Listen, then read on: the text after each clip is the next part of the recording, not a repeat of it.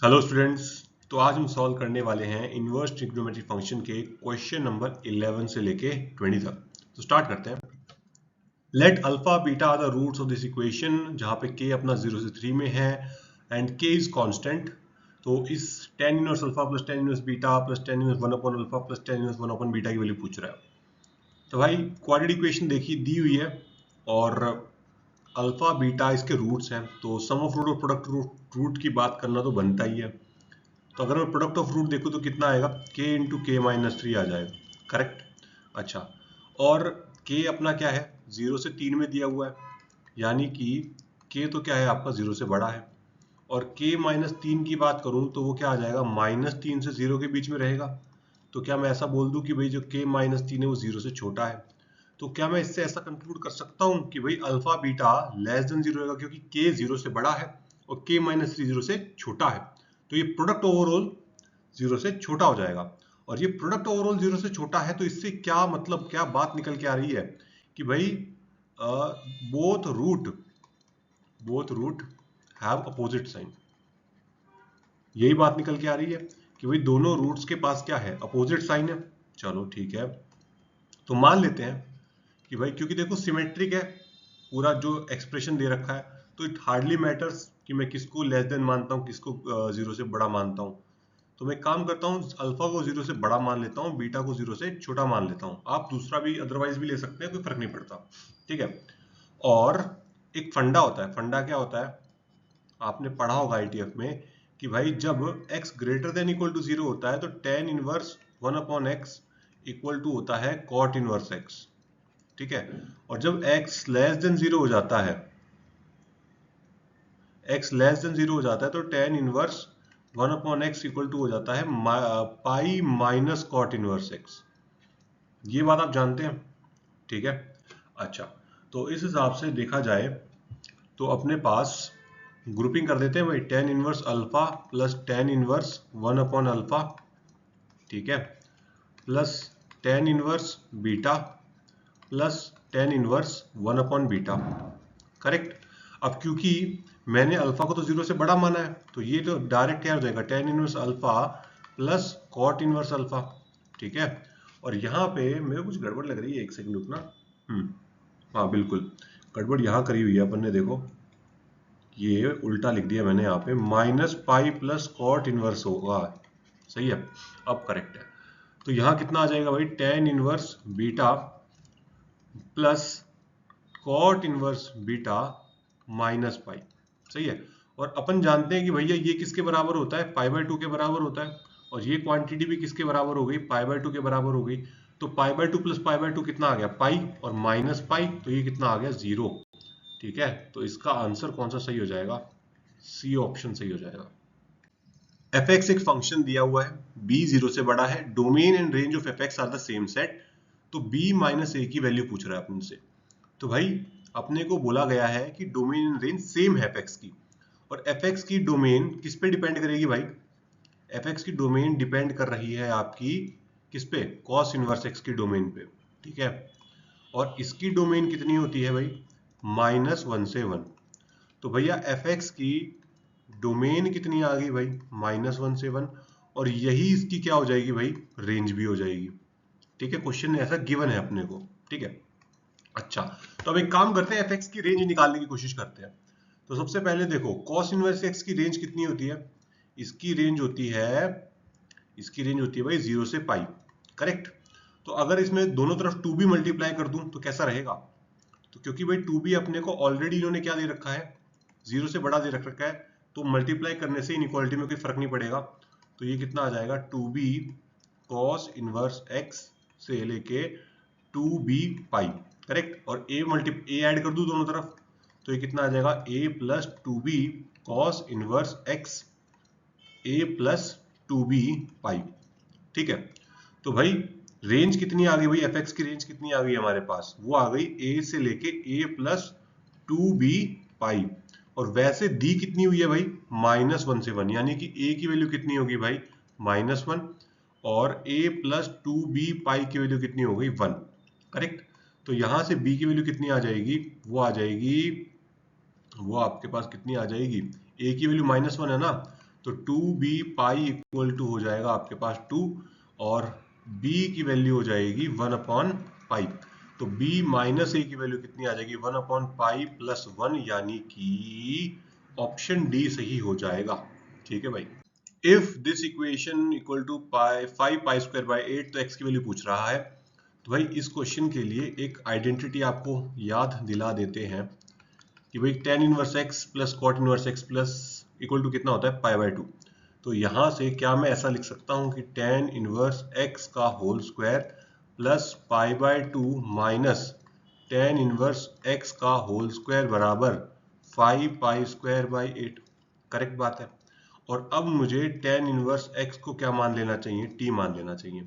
तो ये हो जाएगा t square plus 5 by 2 minus T square equal to 5 pi square by 8। अब ये क्या बन जाएगी, ये क्वाड्रेटिक इक्वेशन मिल जाएगी आपको। करेक्ट। अब इसको आगे का सॉल्व करने का काम देखो आपका हो गया। ठीक है, आइडिया हमने बता दिया है। ठीक है, आगे आप कर लेना। The total number of ordered pairs x Y satisfying this and this minus 2 pi से 3 पाई में। भाई डायरेक्ट ग्राफ बेस्ड क्वेश्चन है। ठीक है, तो सीधा ग्राफ बना देते हैं। देखो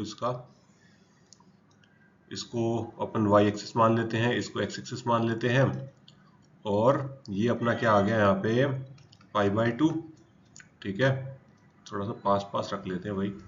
पाई बाय 2 पाई 3 पाई बाय 2 2 पाई।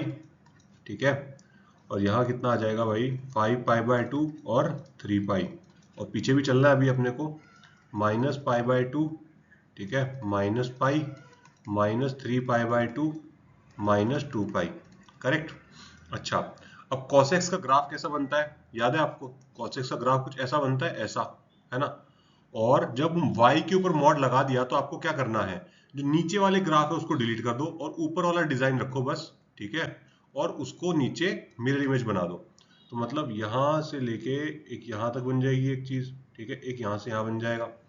ठीक है, एक बन जाएगा कहां से, मैं बना ही देता हूँ एक बार। देखो, एक तो ये बनता है, देखो कॉसेक्स का एक ब्रांच ये बनती है, एक ब्रांच ये बनती है, ऐसे बनेगा। ठीक है, और एक ऐसे बनेगा। ठीक है, ऐसे। सही बात है। हाँ, तो बेसिकली अपने को करना क्या है, mod Y equal to cosec x निकालने के लिए जो नीचे बने हुए हैं उनको तो कर दो डिलीट। लो भाई, डिलीट कर दिया। अब इन्हीं की मिरर इमेज बना दो नीचे। ठीक है, लो भाई। ठीक है जी, ये किसका आ गया, मॉड कॉसेक्स का ग्राफ आ गया। Mod Y equal to cosec x, sorry, mod Y equal to cosec x का ग्राफ आ गया। अब साइन इनवर्स साइन एक्स का ग्राफ याद है आपको, टेंट ग्राफ बनता है ना, कुछ इस प्रकार से वो ग्राफ बनता है, टेंट ग्राफ, ऐसे। ठीक है, ऐसे करके बनता है। ठीक है जी, और इस साइड भी बनेगा।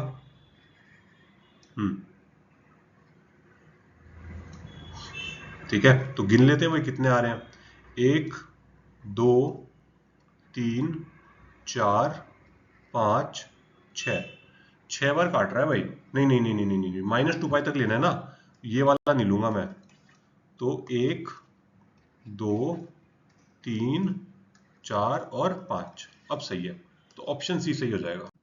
इफ बहुत सारे साइन इनवर्स और टेन इनवर्स दे दिए हैं इक्वल टू 1 है, then the complete set of values of x।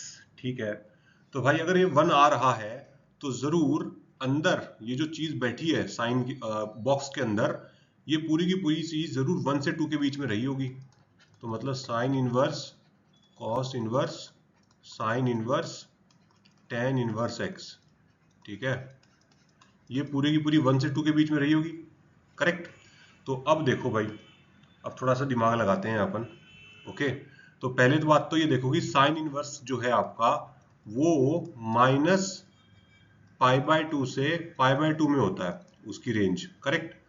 और इन्होंने क्या बोल दिया भाई 1 से 2, तो मतलब 2 तो कभी जा नहीं पाएगा वो, तो हमें क्या लेना पड़ेगा भाई, पाई बाय 2 लेना पड़ेगा। करेक्ट। अब दोनों तरफ साइन ऑपरेट करा देते हैं। ठीक है, दोनों तरफ साइन ऑपरेट करा दें। और साइन का ग्राफ कैसा होता है भाई, ऐसा होता है। फर्स्ट क्वाड्रेंट में तो इंक्रीजिंग ही होता है, तो ऑपरेट करा देता हूँ साइन। साइन ऑपरेट करा रहा हूँ, वो इंक्रीजिंग ग्राफ है तो इनइक्वालिटी में कोई चेंज नहीं आएगा। तो ये कितना आ जाएगा भाई, sine 1 cos inverse sine inverse tan inverse, ठीक है, और ये आपके पास कितना हो जाएगा, साइन पाई बाय 2 1 हो जाएगा, ठीक है। अब कॉस इनवर्स ऑपरेट करा दे दोनों तरफ।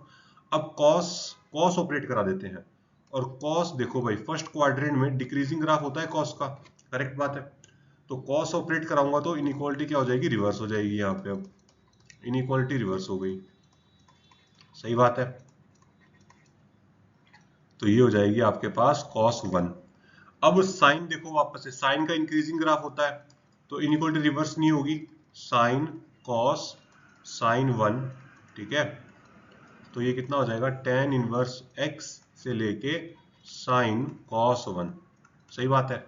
अब वापस से वही tan लगा देते हैं दोनों तरफ, और tan का ग्राफ भी इंक्रीजिंग ग्राफ होता है तो इनइक्वालिटी रिवर्स नहीं होगी।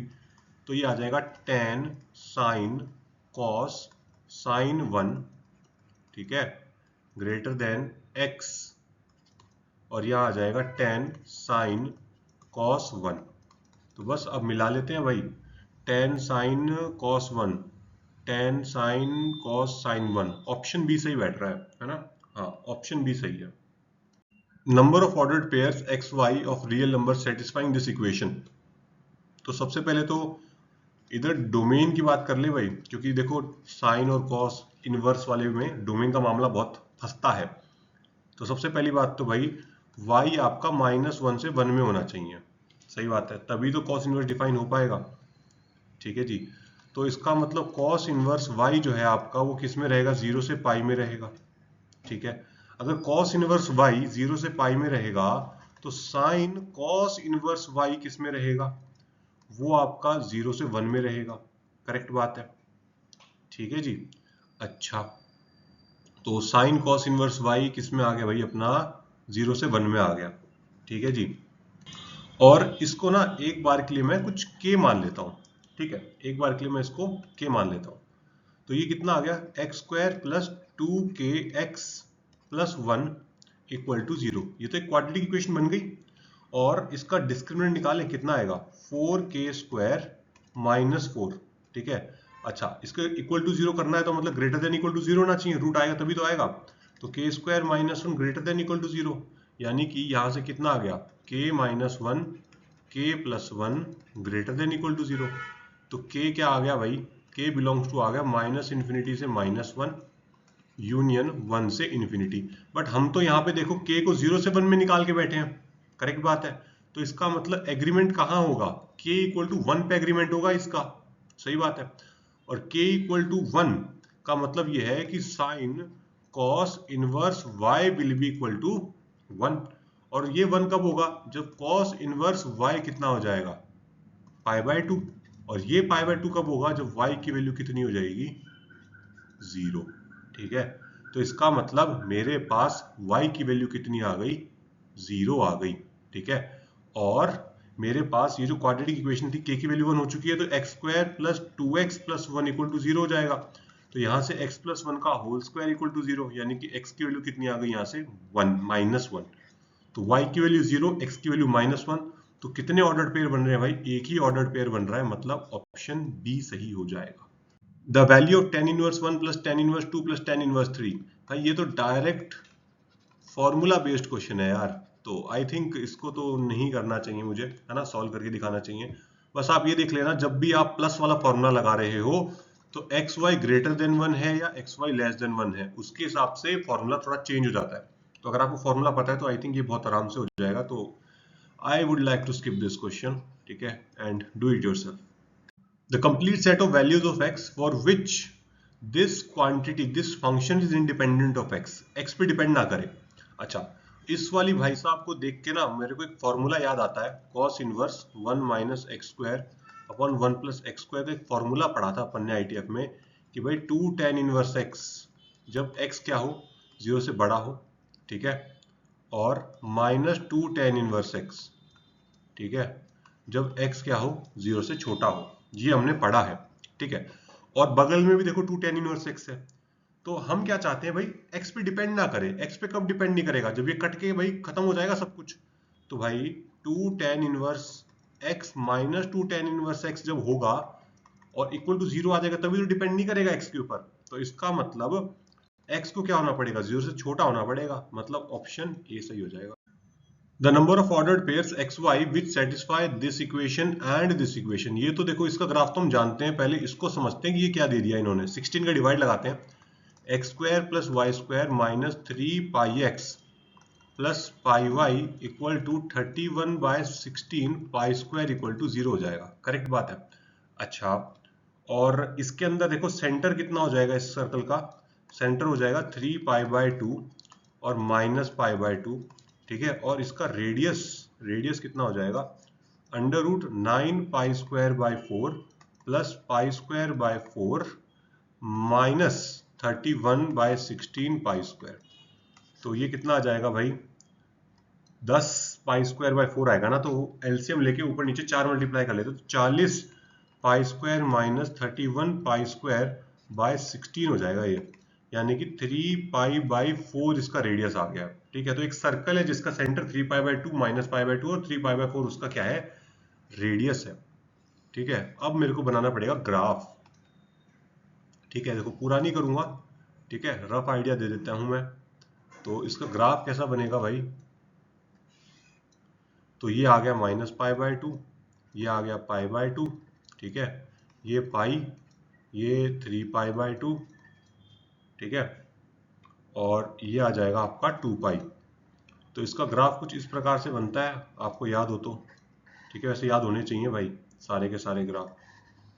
ठीक है, और इसी के अंदर आपको 3 पाई/2 और -पाई/2 मतलब इस पॉइंट पे सेंटर करके एक सर्कल बनाना है 3 पाई/4 रेडियस का। तो भैया आप कुछ इस डिजाइन से देख को बनाओ अपना, ठीक है, और मुझे गिन के बताना कि कितने पॉइंट्स आ रहे हैं। तो सर्कल बना के गिनने का काम मैं आपके लिए छोड़ देता हूं। ठीक है, चलो।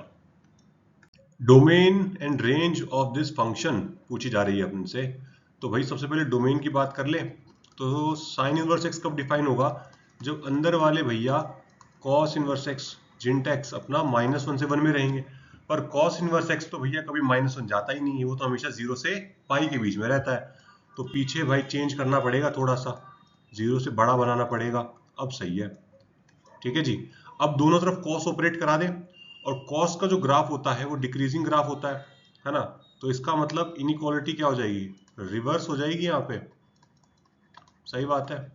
तो ये कितना आ जाएगा cos1, और cos0 1 होता है, और cos1 कितना हो जाएगा आपका, कुछ 0 से 1 के बीच की वैल्यू रहेगी। ठीक है, तो यहाँ पे हमारे पास क्या आ गया कि भाई जिंट एक्स cos1 से लेके 1 के बीच में आ गया, और ये क्या है, समथिंग कुछ 0 से 1 के बीच की वैल्यू रहेगी।